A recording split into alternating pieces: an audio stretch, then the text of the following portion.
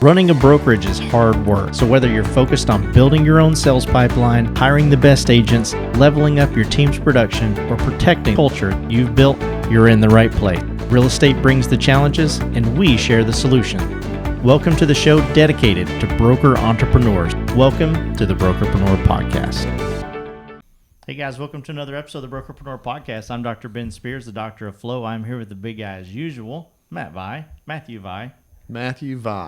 And Matt, you just look like you're doing fantastic, man. I am doing fantastic. Another day in paradise. Per use. That's right. That's right. Trying to take all Matt's lines. He's like, I don't know what to say now. Yeah. And lost of words forever. Right. I mean, for the first time ever. Right. So, Matt, there's just one thing that I want to talk about today. Yep. And it's one thing that will make your recruiting interview better. Right. Before I tell everybody how to follow us, tell us what in the world that even means.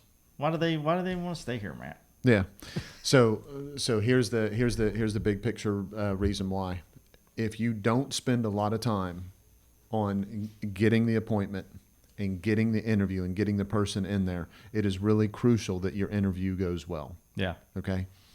If you do spend a lot of time on getting people from cold to appointment to interview, the last thing that you want to do is treat them all like they're just a number and rush through everybody and have conversations that end up wasting all the time that you spent on that front end. Okay. So whether you're spending a little bit of time or whether you're spending a lot of time on getting people to the actual interview, doesn't it make sense to be efficient in the actual interview itself, so that time on the front end is not wasted, and that you hire the people that really should be part of your brokerage? Yeah, no, I like that a lot.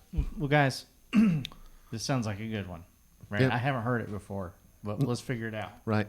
You and I will figure it out together. Before we get started, make sure you hit that follow and that subscribe button wherever you're listening. We got the free recruiting bundle in the link in the description below. A lot of cool things in there. Go check that out. So, Matt. Yep. First thing here says, focus on listening. Yep. Focus on listening. And I just got one thing to say about that before I dive in. Psh, whatever. Right, I hear you. So here's the one thing. Yeah. For your interview, here's the one thing. Now, we broke it down into a few pieces, but here's the one thing. Have a plan. No.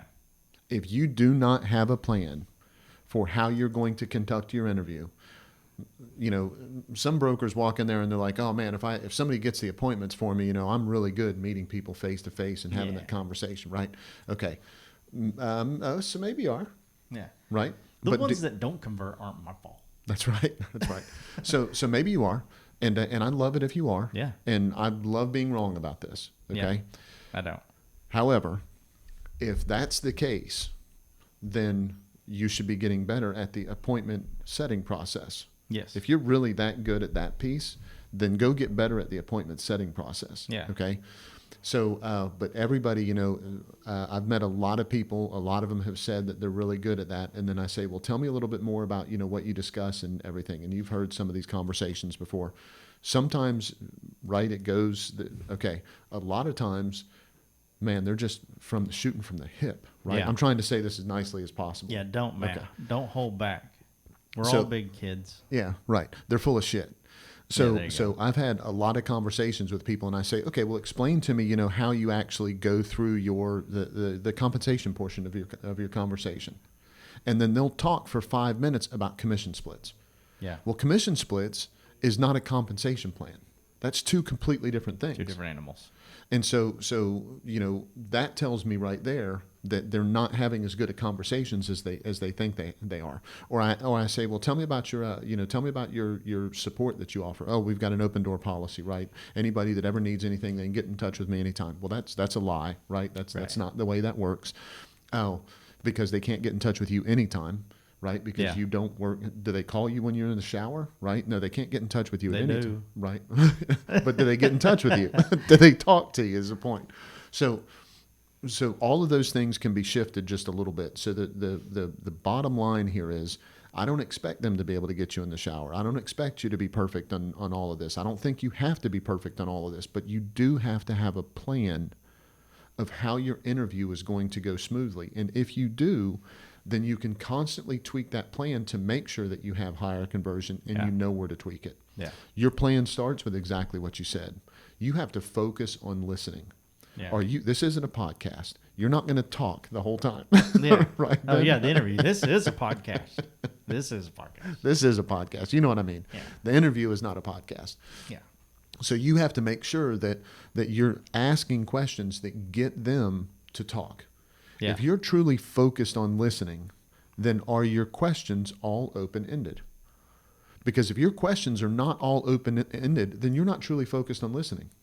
Yeah. You follow me? Yeah. You can't have yes or no interview questions. Right. And then say, I'm a good listener. He said yes 22 times. He said Yeah. no 17 times. Man, count. I'm a great listener. I had one of those clickers in my That's pocket. right. Yeah, a golf clicker. On each side. Exactly. I got so many more yeses this time. I'm getting closer. So this next one says customize the pitch. Yep. And define pitch for us there. Yeah. Because pitch can have like this connotation. Yeah. And I don't want people to think that. I don't want people to think negatively about you, Matt. I put pitch in the notes because I think it's sexy and people like to hear that. Yeah. But it's really about the conversation. Yeah. Right. So that's the bottom line. So you have to have a formula. You have to have an outline. You have to have a plan. Now, with that being said, that plan has to be customizable to the person that you're talking to. Okay. Yeah. And so I'll let you in on a little bit here. If you've, done any of our masterminds or if you've attended any of the events that we've done or anything like that, we talk a lot about transitioning in your conversation. How do you have the conversation with somebody and then transition into the part of the conversation that allows them to talk to you and really open up about the part that is the most important thing to them, right? So you have to ask that question. So you say things like, well, here's really what real estate is about. Tell me which one of those pieces of real estate in your business really that you'd like to talk about the most.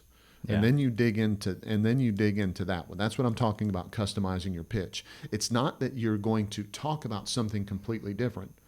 You're going to allow them to choose the order that you talk about it. You're going to allow them to choose the depth that you talk about it. You're going to allow them to choose the how much they want to talk about it.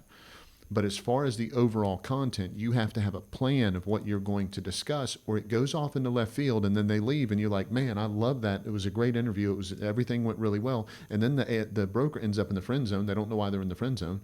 Yep.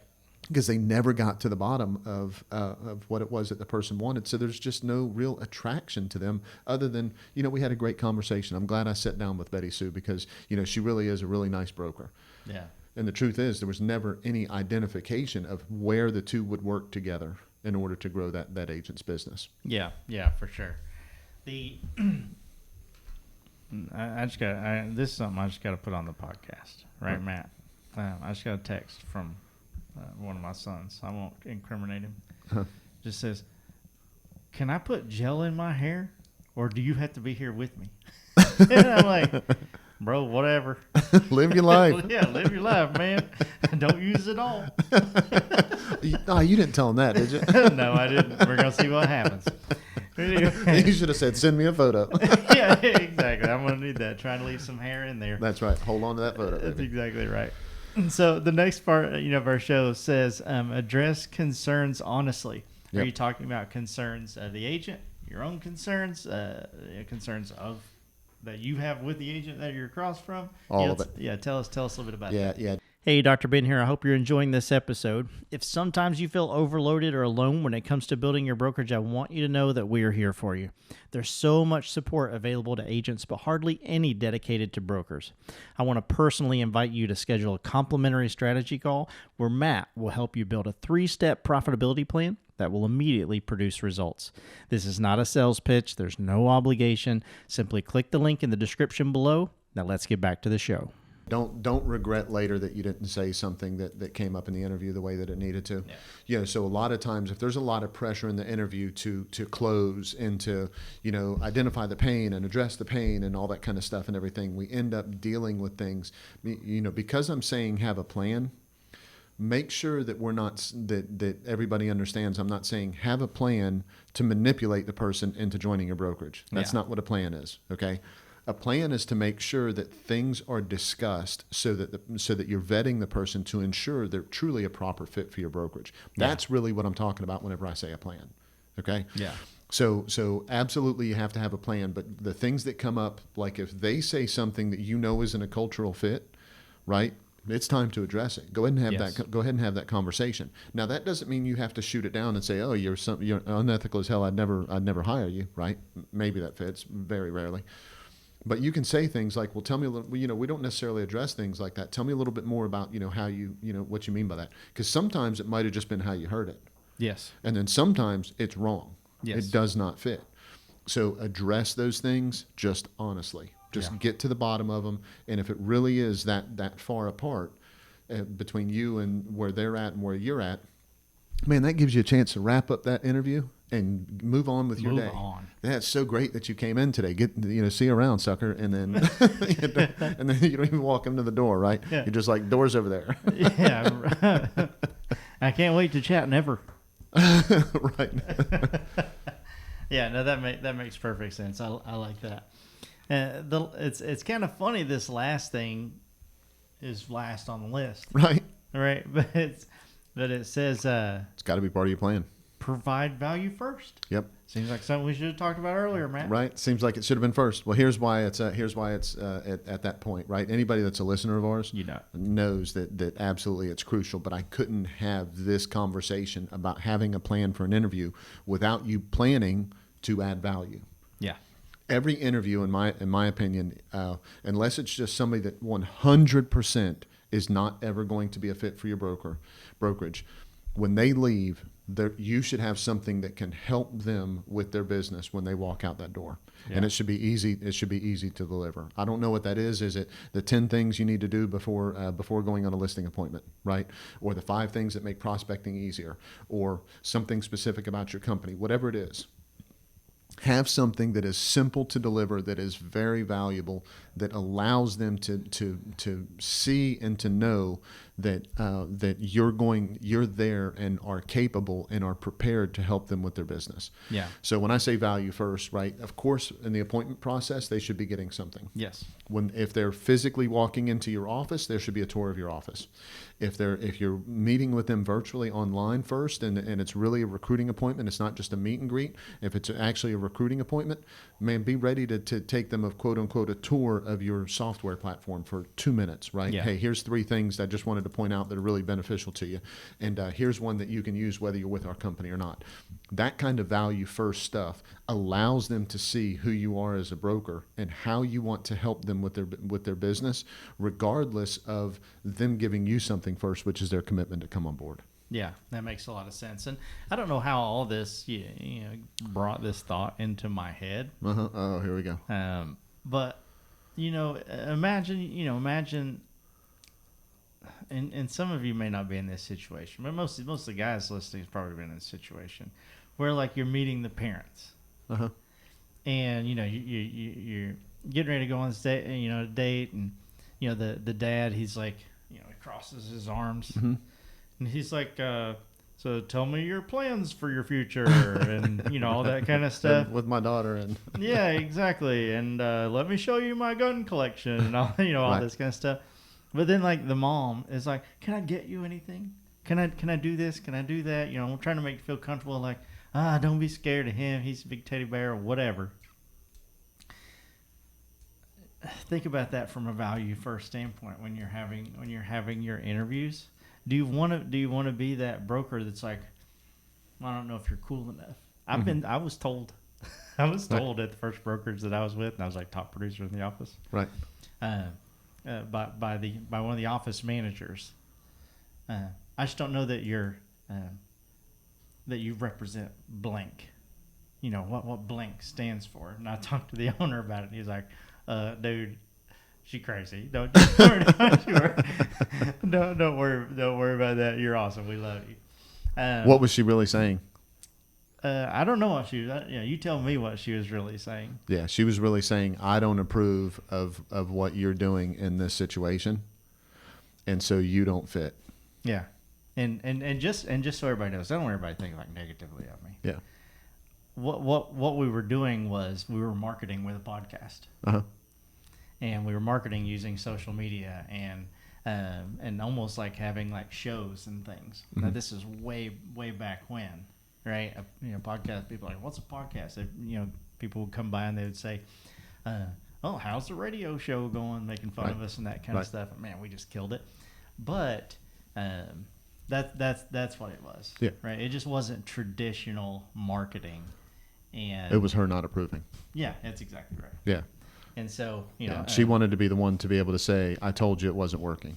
yes, exactly. But she had the numbers in front of her. Yeah, numbers were in front of her, and And so it turns out it was working. yeah, for sure. And the broker, he loved it. And He's like, can I be a shut guest sometime? Right, so it was all good. But She walked over to her, you shut your mouth when you're talking to me.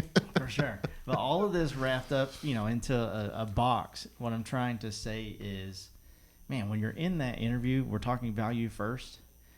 If you're a supportive brokerage, like that's your thing, man, show that support in Absolutely. every way that you possibly can. Yep.